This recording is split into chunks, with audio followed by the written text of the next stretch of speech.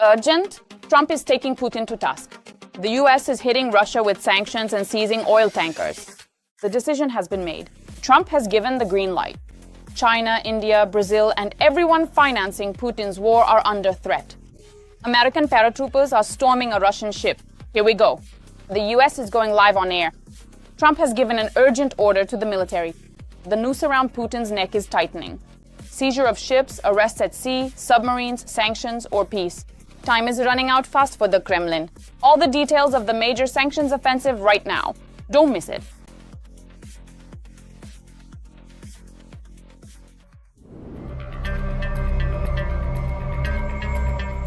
Trump has given the green light.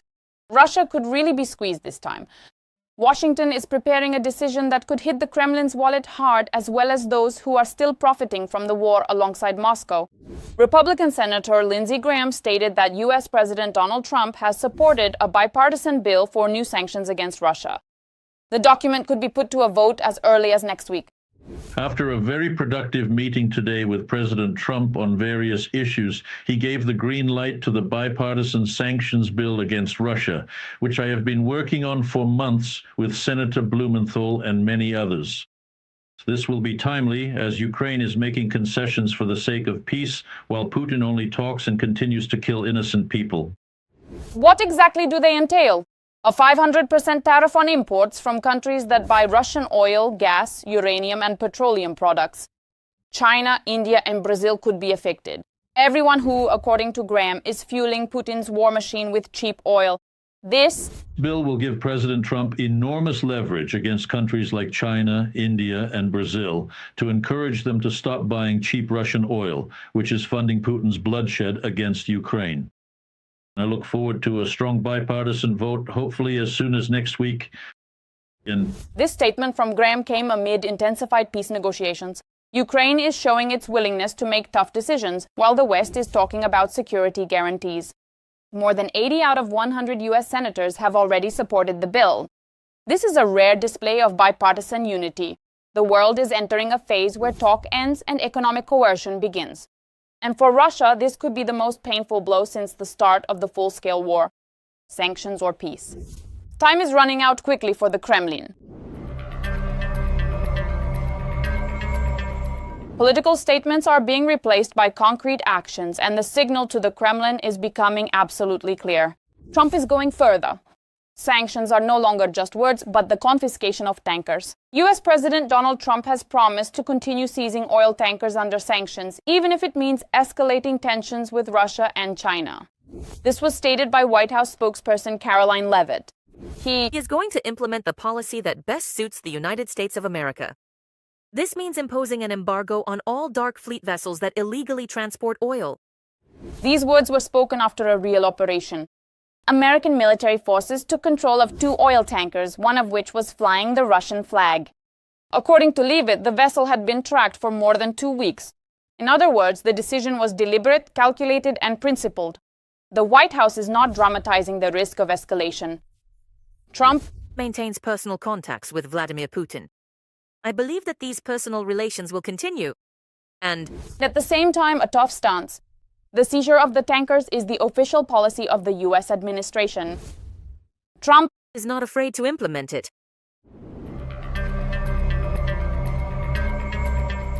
Let me remind you, the United States seized an oil tanker of Venezuelan origin that tried to hide under the Russian flag.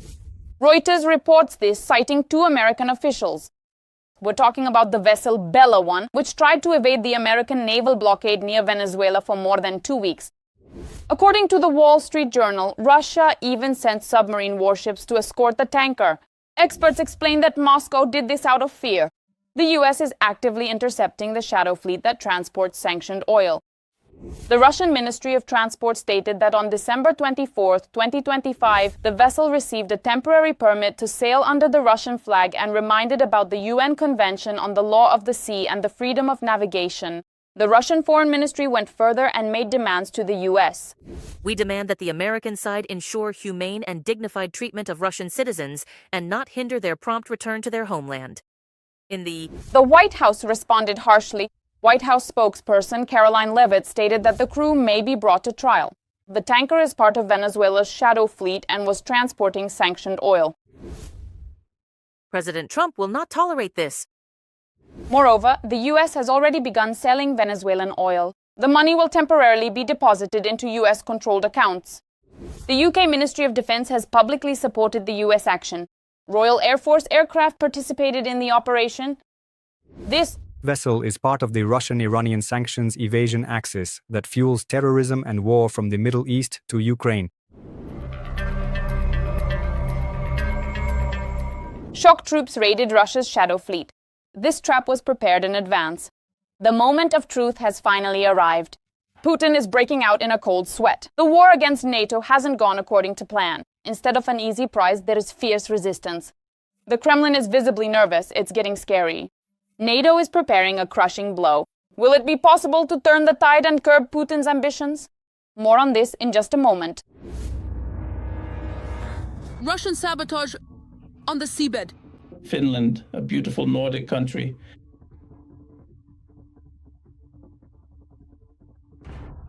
Detained a ship from St. Petersburg in the Gulf of Finland on New Year's Eve. Many already believe that Russia is deliberately sabotaging infrastructure and, more broadly, destabilizing the situation in the Baltic countries. The ship was carrying sanctioned goods, and the crew itself may be connected to the damage of the telecommunications cable between Helsinki and Tallinn in the Baltic Sea. The Gulf itself is very shallow. Its average depth is about 40 meters with a maximum of 120. This is the kind of sabotage that benefits Russia. Again, because it weakens the Baltic countries economically, militarily, and in terms of security. Disruptions in communications were noticed by the operator company, which immediately contacted the border service. A patrol ship and a helicopter detected the vessel Fitberg. It was sailing under the flag of St. Vincent and the Grenadines en route from St. Petersburg to the Israeli port of Haifa, and for several hours it was dragging its anchor behind it. At the moment the vessel was seized, the anchor chain was in the sea and the ship was moving forward. Any vessel can do that. As a rule, a vessel has an anchor chain up to 300 meters long, and at such depths, you can actually do it with jeweler-like precision, adjusting the depth of the anchor chain to the centimeter.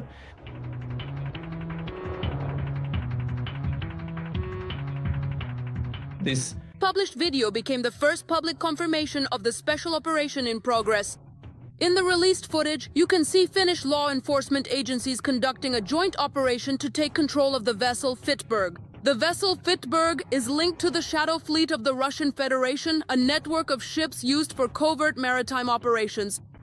The 132-meter cargo ship has already been detained at least twice, in 2020 in Portugal and in 2022 in Italy. Although the Fitberg does not appear on official sanctions lists, the sanctions monitoring platform had previously identified it as of interest for investigation. As for the crimes being charged in this case, at the moment they concern damage to telecommunications under aggravating circumstances and sabotage. Among the 14 crew members were citizens of Russia, Georgia, Azerbaijan, and Kazakhstan. That's why they are cooperative, and perhaps there may also be some kind of return. They regularly carry out such deliberate operations. Very soon we will undoubtedly find out. Perhaps this will be the very first significant case where the intentional and malicious actions of a ship's crew in deliberately damaging this crucial underwater cable will be conclusively proven. The Finnish police have detained 2 crew members of the Fitberg vessel as part of the investigation. 3 other sailors have been prohibited from leaving the country. Among them is a Russian national. There are grounds to suspect them of intentional interference with telecommunications. The purpose of this vessel has not yet been commented on, but the situation is unacceptable. Finnish customs reported that iron products subject to international sanctions were discovered on board the Fitberg. It was transporting structural steel of Russian origin. The cargo has been seized, the customs director stated. Since steel products are widely covered by sanctions against Russia, we decided to detain the goods that were the ship's cargo, right before the actual inspection. The Finnish police have opened a criminal case to investigate what happened. This could even be unintentional, for example, if the cable was damaged by an anchor. Similar incidents have happened quite often throughout history. At the same time, we are aware of situations where this was done quite deliberately and by the so-called shadow fleet. In this case, we have no grounds to claim that it was specifically this vessel or this anchor or whether it was done intentionally or not. However, there is every reason to investigate, and the Finnish side is working on this. Our police and prosecutor's office are in contact with them, and if necessary, the Estonian side will also be able to join the investigation.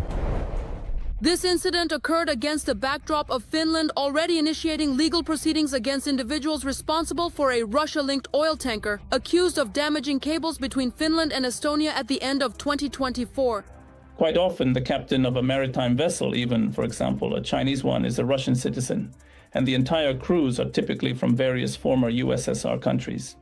So this particular situation actually makes the overall task significantly easier to carry out and accomplish. The vessel Eagle S also belongs to the Kremlin's shadow fleet. It departed from Ostaluga carrying gasoline to Turkey. With its appearance, 1 electrical and 4 internet cables broke. Once again, the anchor was blamed, which the ship had dragged along the seabed. Then the anchor broke off. The Gulf of Finland and the Baltic Sea are places where cables and pipelines are laid, connecting Northern Europe and the Baltic countries with the continent. Perhaps Russia truly believes that the sovereign nations of Estonia or Finland are such comparatively small countries that they simply will not put up any significant resistance whatsoever.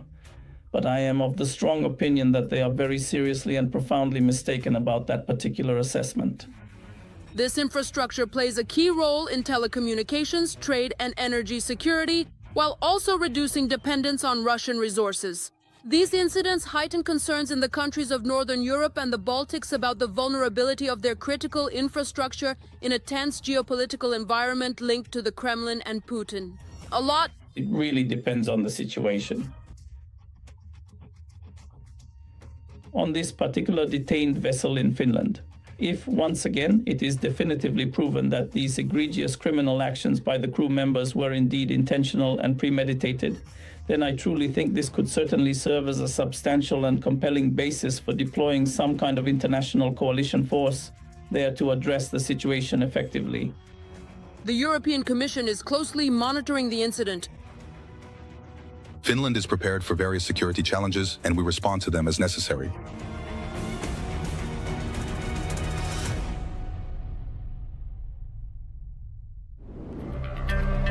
Thank you so very much for your incredible kindness. Every voice matters. Join our community, support independent journalism and help us bring you the truth from Ukraine. Become a member of Ukraine Today. Join us now. Urgently, the US has struck Putin a harsh aerial bombardment. This devastating American special operation will definitely go down in history. Venezuela is shaken. Kremlin ally Maduro was captured in just 30 minutes. Moscow cannot contain its rage, while Washington hints that this is only the beginning.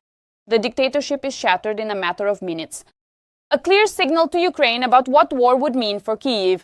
But is it really true that, given the latest news, the date for signing peace is already known? In this particular instance, indeed, In the Venezuelan capital Caracas, powerful explosions are ringing out. Soon, US President Donald Trump will confirm on his social media the large-scale operation against Venezuela. Maduro has been detained. It was an attack on a heavily fortified military fort in the center of Caracas aimed at bringing the criminal dictator Maduro to justice. Nicolas Maduro was held aboard an American military ship, and the special operation was carried out by the US Army Delta Force unit. This special unit has a long history of being deployed for missions abroad. Trump stated that this was a brilliant Delta operation and that the US had carefully prepared by constructing an exact replica of Maduro's house where the family was detained. Maduro And his wife will stand trial in the United States. Maduro is charged with conspiracy to commit narcoterrorism and conspiracy to import cocaine into the United States. There are also charges of conspiracy to use weapons against the United States.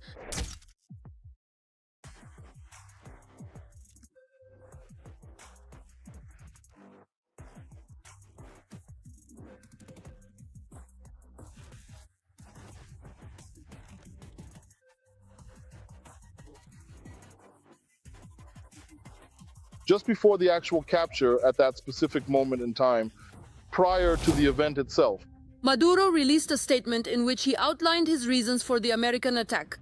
The only goal of this attack is to seize Venezuela's strategic resources, particularly oil and minerals. By pursuing his own interests, Trump put pressure on Putin.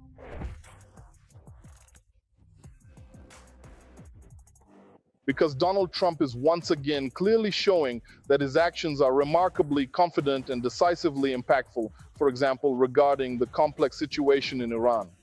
And now he is repeating himself in an even more creative and strategically significant way regarding the ongoing crisis in Venezuela. Now serious problems await Russia. Venezuela's oil production may come under U.S. control. Venezuela was an incredibly important and significant representative of the interests, if you will, of the many countries of the global south, and above all, of the People's Republic of China and the Russian Federation on the continent.